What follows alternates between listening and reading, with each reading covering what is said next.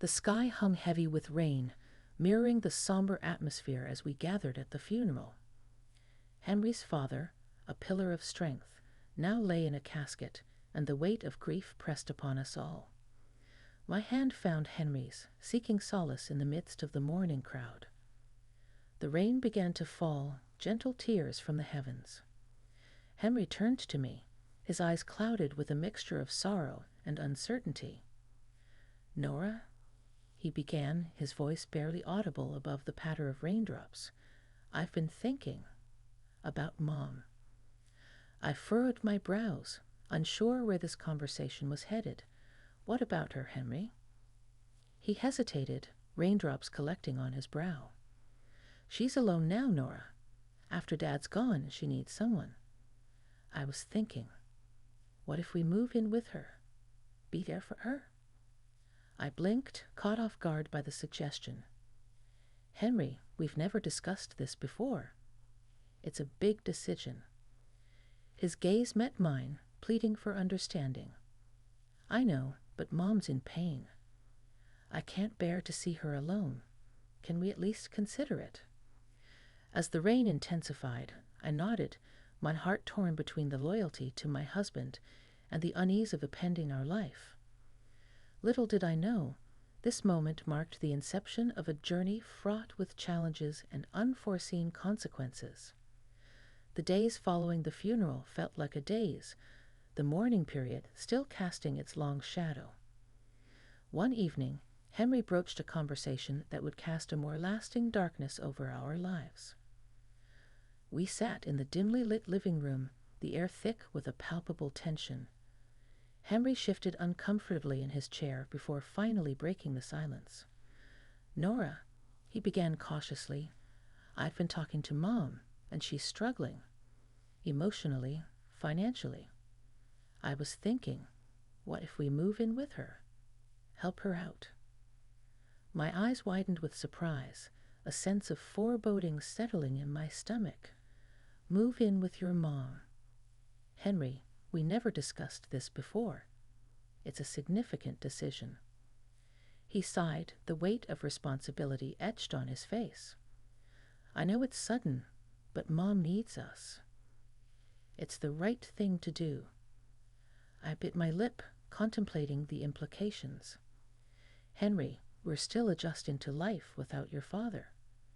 Moving in so soon, it's a lot to take in." His eyes pleaded with mine, a silent desperation in them. "Nora, please, we can make it work. It's just temporary until she gets back on her feet." The unease lingered, and I hesitated before reluctantly nodding. "Okay, Henry, but it's temporary, right? We need to set boundaries." He offered a weak smile. "Of course, Nora. This is just until Mom gets through this tough time." Little did I know that this decision would open the floodgates to a cascade of unforeseen challenges, setting the stage for a series of unsettling events that would test the very foundation of our marriage. The new living arrangement brought with it a shift in dynamics that crept into the core of our marriage. As a web designer, my work was more than just a job. It was a passion. However, my home-based office became the epicenter of my mother-in-law's disapproval. One afternoon, I immersed myself in a design project, the soft hum of my computer the only sound in the room.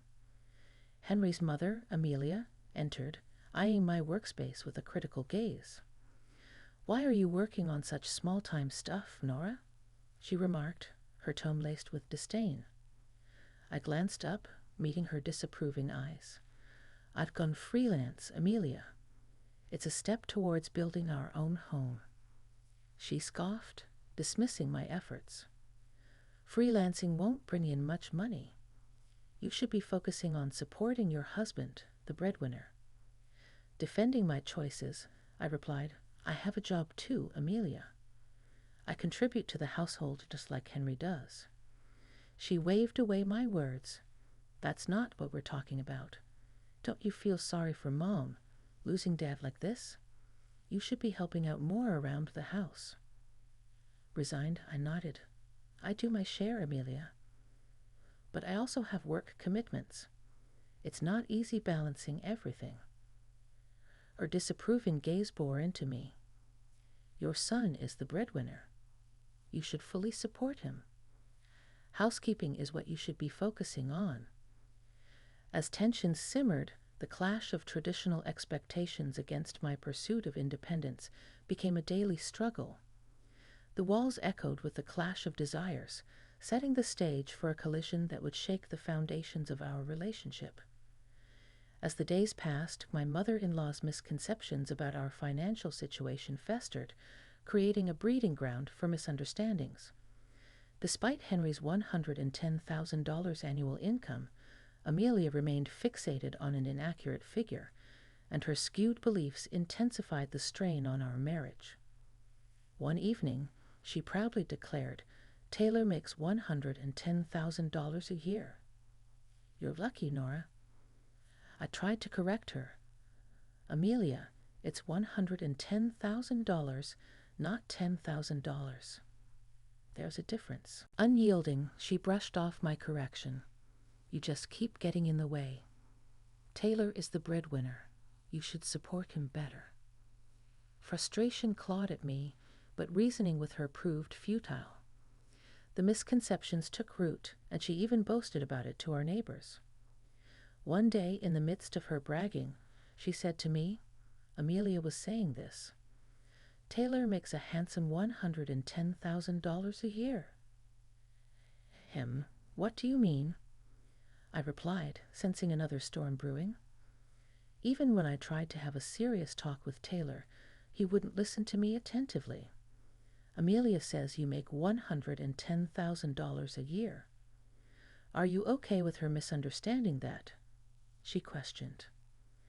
I sighed, realizing the gravity of the situation. Amelia is mistaken. I've tried correcting her multiple times, but she won't listen. It's causing more harm than good. Amelia interrupted, "So what?" "What do you mean? So what? Come on, I'm tired. Give me a break." Taylor, once a mediator between us, had now shifted allegiance to his mother. The misconceptions fueled a growing divide, setting the stage for a clash of realities and a fracture in our once unbreakable bond. The breaking point approached like an ominous storm, and the source of the tempest was the emotional strain caused by my mother-in-law's relentless interference. The decision to rent an office space became a lifeline, a desperate attempt to salvage what remained of my sanity. One evening, as the tension in our home reached its peak, I broached the subject with Henry. "I can't work like this anymore, Henry. Your mother's constant interference is making it impossible for me to focus. I need to rent an office space." His brows furrowed. "Why do you need an office space?" "We have a home. I need a place where I can work without constant criticism and judgment. This isn't just about me. It's about us," I explained, frustration creeping into my voice. Amelia overheard and chimed in, "Why are you working these odd jobs, Nora? Taylor makes $110,000 a year. You should be supporting him, not focusing on your own career." Exasperated, I replied, "I'm not working odd jobs. I'm a web designer, and I need a conducive work environment. It's affecting our relationship." "Why do you need a separate space when we have a home?" Henry questioned, his loyalty wavering. "I need a professional environment, Henry. Your mother's constant criticism is affecting my work and our marriage. I can't take it any more," I confessed, the weight of my words hanging in the air. The decision was made. I would rent an office space. Little did I know that this choice would become the catalyst for a collision of desires, a pivotal moment that would test the strength of our marriage to its limits. The decision to rent an office space became the spark that ignited a fiery confrontation within the walls of our home. The clash of desires, amplified by my mother-in-law's unwavering disapproval, reached a crescendo. One evening, the tension in the house was palpable as I confronted Henry. I can't live like this, Henry. Your mother's constant criticism is suffocating. I need to rent an office space for the sake of my sanity. His response was a strained sigh.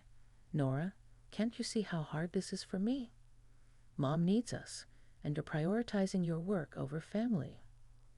It's not about prioritizing work over family. It's about creating a healthy environment for both. I need space to work, and I need you to understand that, I pleaded, desperation creeping into my voice. Amelia, never one to shy away from expressing her opinions, interjected, why do you need to waste money on an office space? Taylor makes enough for the family. You should be supporting him, not spending on unnecessary things. Anger bubbled within me. It's not unnecessary. It's essential for my work and our relationship. I can't bear this constant criticism. Henry, torn between loyalty to his mother and understanding my perspective, attempted to mediate. Can't you compromise, Nora? Mom needs us, and I can't ignore that. I shook my head, frustration boiling over. I have compromised enough. I need you to stand by me on this, Henry. It's not just about an office space. It's about respect for my choices. The confrontation lingered, the air thick with unspoken words and unmet expectations. Little did we know that this clash would become the turning point, setting the stage for a rupture in our marriage that no one saw coming. The atmosphere in our home reached a breaking point, and as the confrontation continued, it became clear that a decision needed to be made. The divide between my desire for independence and Henry's allegiance to his mother widened, leading to a pivotal moment that would redefine the course of our marriage. One night, after a particularly heated argument, I sat Henry down for a serious conversation.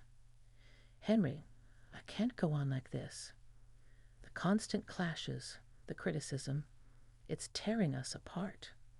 I need to make a decision. He looked at me, torn between the two women in his life.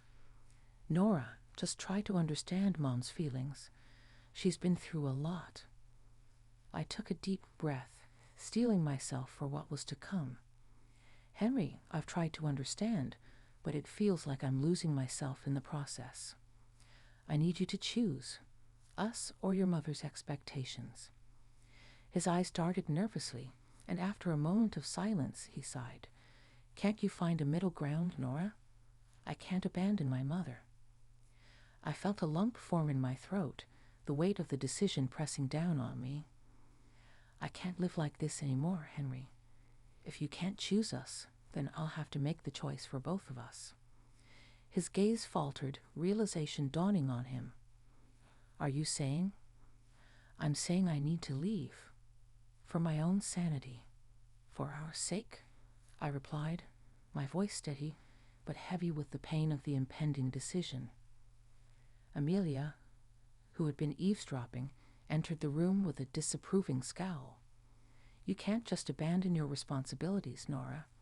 Family comes first. I shot back.